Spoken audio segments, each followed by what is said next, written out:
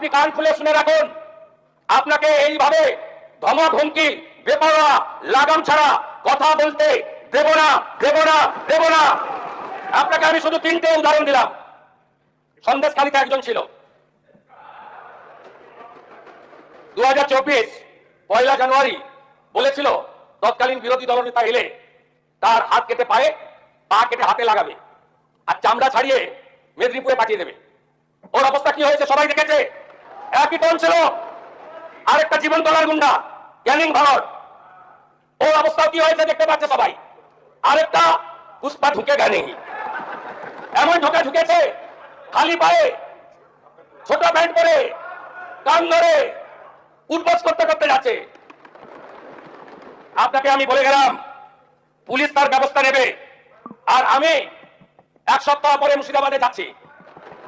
আমি প্রমাণ করে দেব ভারতবর্ষের সংবিধান আইন শেষ কথা বলে, কোন বাপের আবার শেষ কথা বলে না। আপনাকে সংযত হওয়ার, সতর্ক হওয়ার, এই ধরনের কথা প্রত্যাহার করার এবং ভবিষ্যতে এই ধরনের কথা বলার আগে 25 বার ভাবার হুঁশিয়ারি দিয়ে আমি সবাইকে আশ্বস্ত করছি।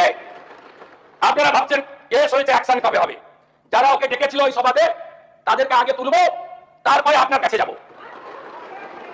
যা করার করবো আমি আশ্বস্ত করছি আপনাদের। আপনি ধরে রাখুন, এটা ওর শেষ বক্তব্য, ধরে রাখতে পারেন। এই সরকার আইনের শাসন প্রতিষ্ঠা করবে, গুন্ডাদের শাসন সমাপ্ত করবে, নিশ্চিন্ত থাকুন। সবাই ভালো থাকবেন, ধন্যবাদ।